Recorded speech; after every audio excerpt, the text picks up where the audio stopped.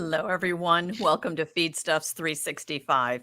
Joining us today to talk dairy nutrition is Feedstuffs columnist and Feedstuffs 365 contributor, Dr. Al Kertz. Welcome, Dr. Kertz. Great to have you with us again. Thank you. Good to be back. For those of you that are joining us, as always, we invite you to post your questions for Dr. Kertz in the Q&A window on your screen or in your social media channel. So he welcomes all of those, and we'll get to those a little later. If you would like to view Dr. Kertz's most recent column on this topic, you can find that on feedstuffs.com. Dr. Kertz, let's get started with today's topic, which is diet, energy, and genomics and the impact on heifer growth. Al, what are some of the challenges? Let's talk about the challenges that come when you go to conduct heifer growing studies. What are some of the things you need to be aware of? Well, there are several things which limit the number of heifer growing studies. The number one thing is to have an adequate number of heifers so that you can have several treatments and enough animals per treatment to pick up differences. And then in addition, you want to have not a really wide range of age or body weights because that just provides more variation. It's harder to pick up significant differences. So there needs to be a sizable herd or operation in order to have enough heifers to have meaningful studies. Then the other thing is the time period is fairly long. So if you're going to do a 120-day heifer study, then you have to have enough heifers to fit that window. And if you want to see the impact of the heifer treatments when they have a lactation, then that means you have to have even more numbers because not all of them will end up calving, or some of them will have some difficulties early in lactation. And so that limits the number of lactation data, and you have variation there as well. So that's why you don't see many places doing heifer growing studies. One of the few places that has done a number of them is in Marshfield, Wisconsin, because that's where the University of Wisconsin has a research station, and the USDA Dairy Forage Center is also located at that place. Now, there's two methods of feeding heifers, so here's another aspect of it. A more recent one that's been looked at, and I've done some articles in about 2009, you'll see the references, that is called limit feeding.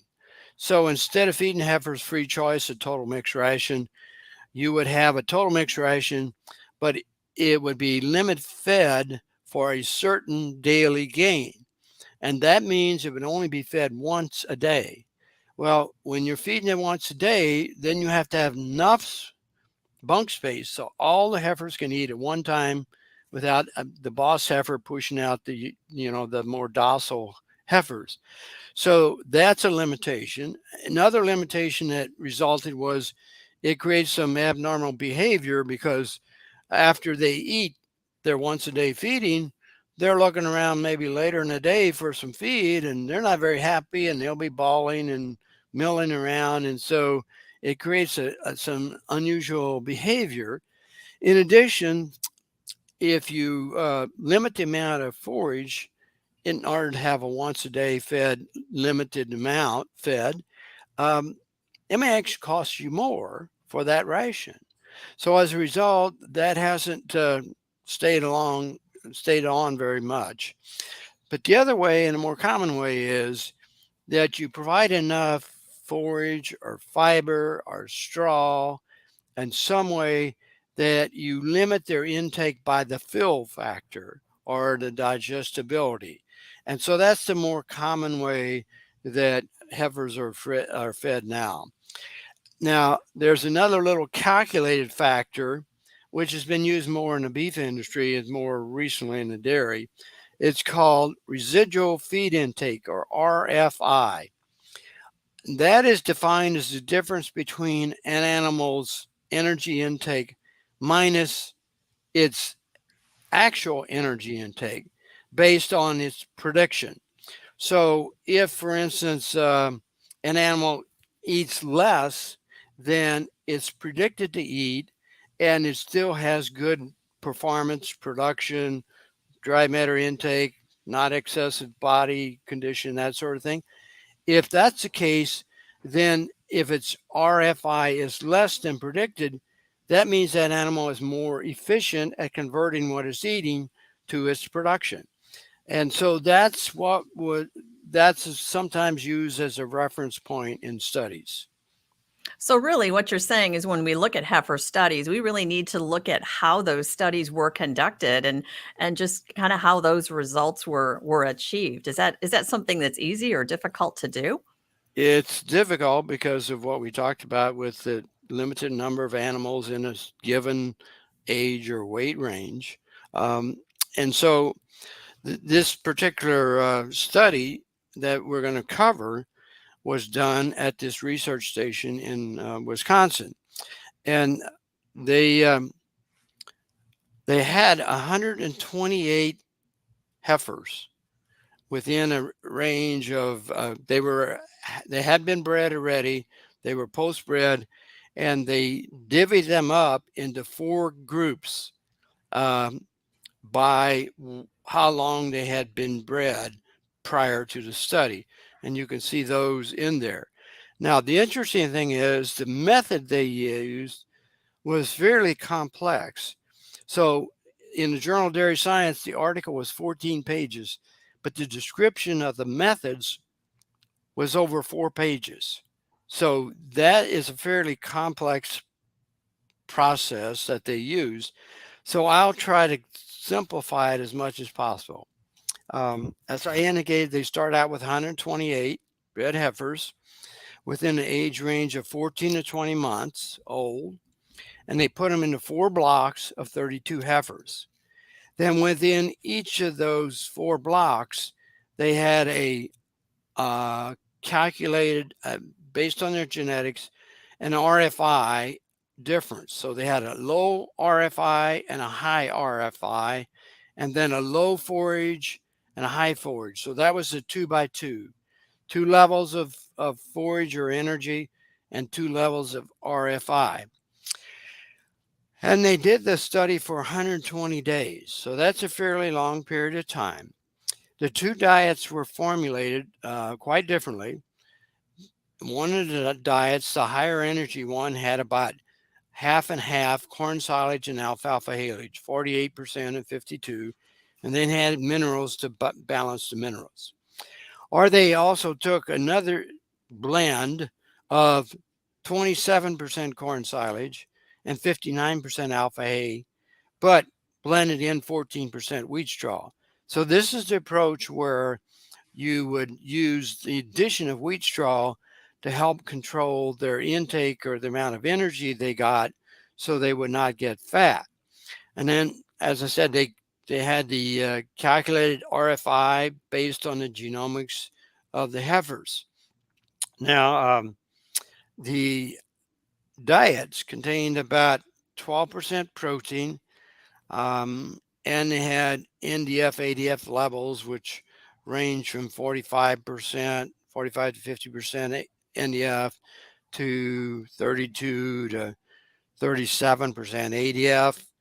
And the energy on a digestibility basis was about 63% for the higher energy and 57% for the lower.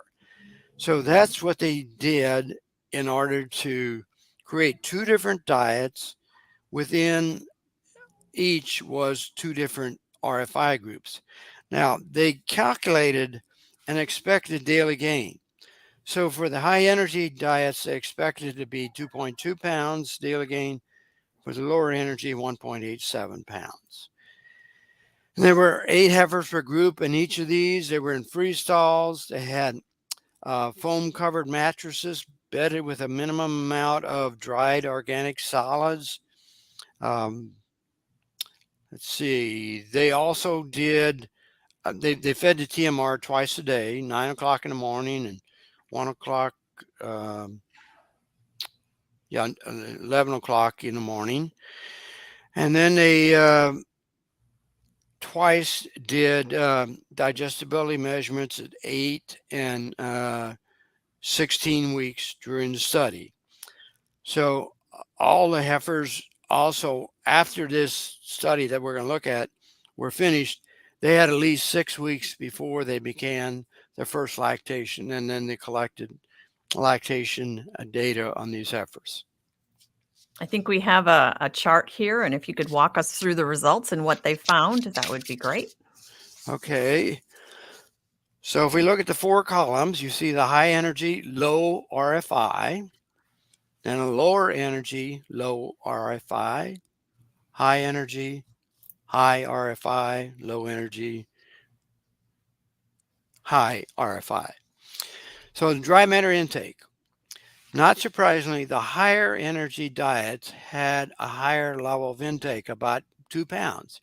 And that's because when you're feeding, in this case, a lower energy diet, they were adding straw, 14%, and that creates more gut fill, which backs up their appetite some.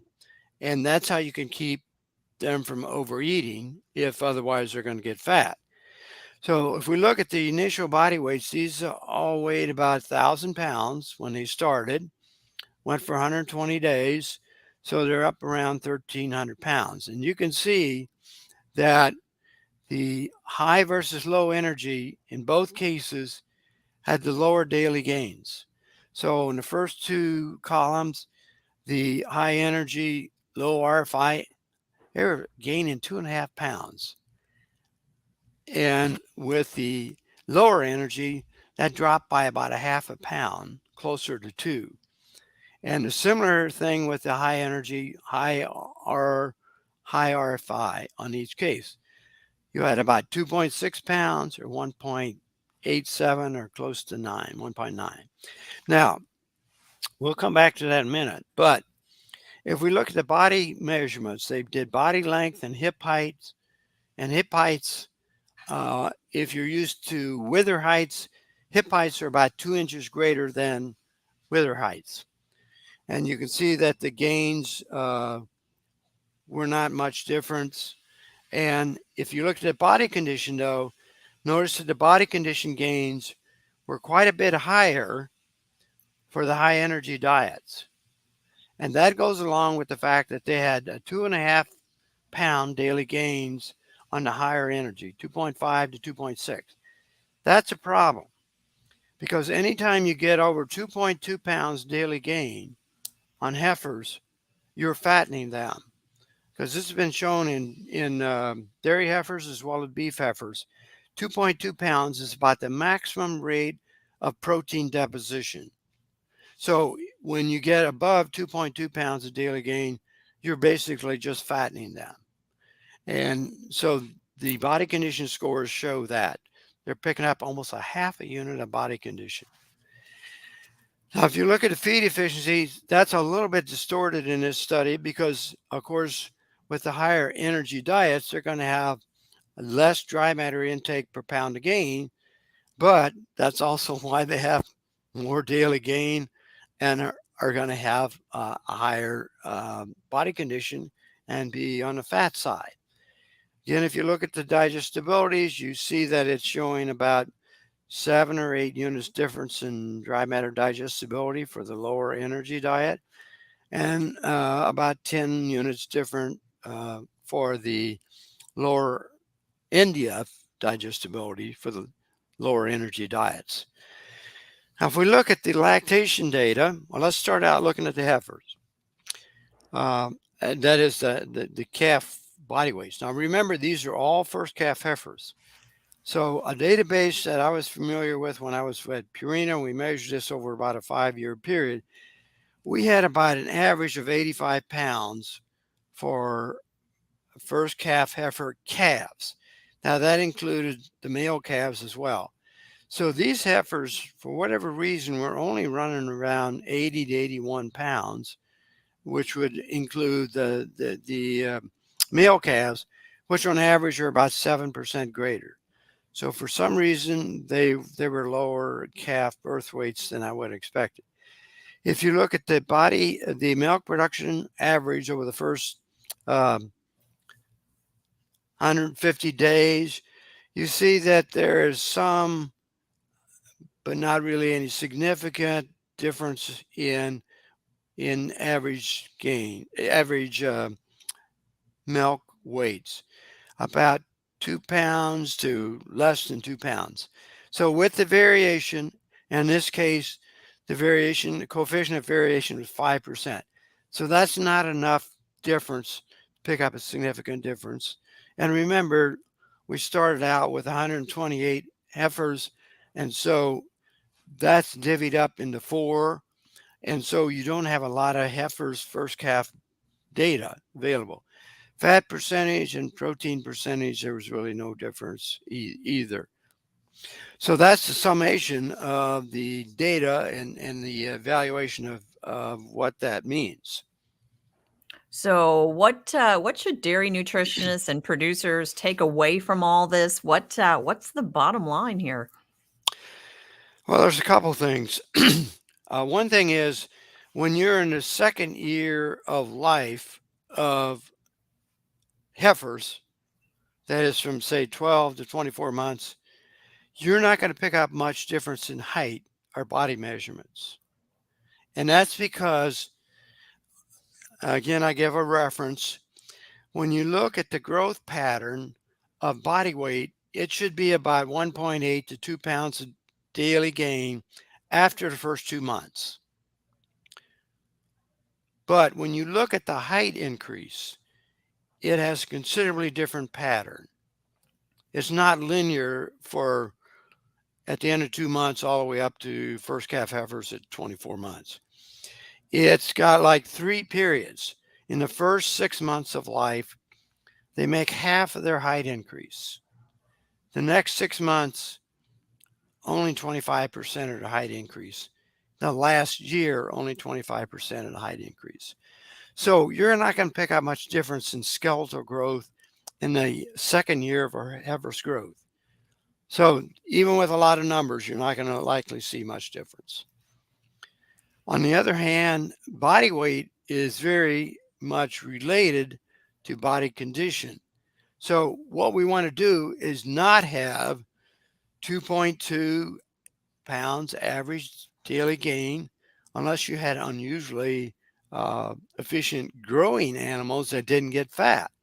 But we can see in this study that the higher energy diets, which had 2.5 to 2.6 pounds daily gain, they picked up almost a half a unit of body condition. Well, that's going to more likely lead to fatter heifers, fatter and cows as well. And when they're fatter, they have more difficulty calving because the birth canal area is restricted by the deposition of fat around that area. And once a heifer or a cow has calving difficulty, they don't do as well in that lactation. So we want to avoid these high daily gains. 1.8, 2 pounds, no more than 2.25 pounds. Now, there are periods of time when, they go through spurts and you might measure a 2.5, but it shouldn't be an average. It should be down around 2. So we want to avoid that. And that means we have to have some measures of body condition or daily gains. And a lot of operations don't have those measures. So they may not be aware that they're having a fat animal problem until they get closer to calving and have them in a close-up group and start looking at their body condition. And by that time, it's too late to avoid that. Very good. Thank you, Dr. Kertz. Our team has posted Dr. Kurtz's column there, a link to it in your Q&A and in social media. So you'll want to check that out, or you can go to feedstuffs.com and view the column. It also will be in our upcoming issue of Feedstuffs, our digital edition. Thank you, Al, for your time today. Thank you all for joining us. We hope to see you back next week. We do have a special presentation by Richard Brock of Brock Associates. He's going to be joining us on Tuesday to review the latest USDA crop report and crop conditions and harvest situations. So you won't want to miss that. That's at 1:00 p.m. Central, 2:00 p.m. Eastern on Feedstuffs 365. Until then, for Feedstuffs 365, I'm Sarah Muirhead.